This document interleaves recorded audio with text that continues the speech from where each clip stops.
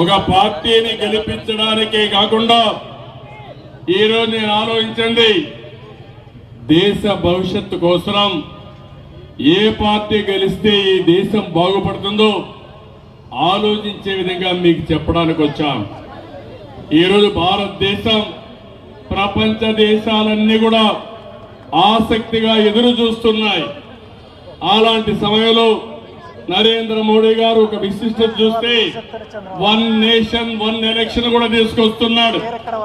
అంటే మీరు మొన్నే చూశారు, హర్యానా ఎన్నికలైనాయి, అందరూ కూడా అన్నారు హర్యానాలో బీజేపీ గెలవదని. కానీ మీరు చూస్తే 1 సైడ్ ఎన్నికలైనాయి, బ్రహ్మాండంగా ఏంటి ఖట్టర్ గారు కూడా ఉన్నారు, బ్రహ్మాండమైన మెజార్టీతో అక్కడ గెలిపించారు.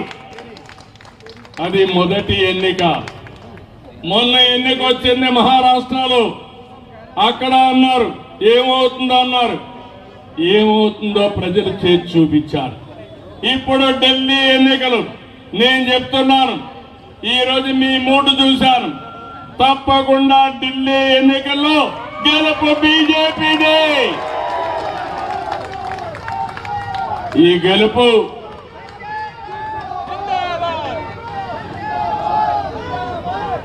గెలుపు దేశ ప్రజల గెలుపు కావాల్సిన అవసరం ఉంది.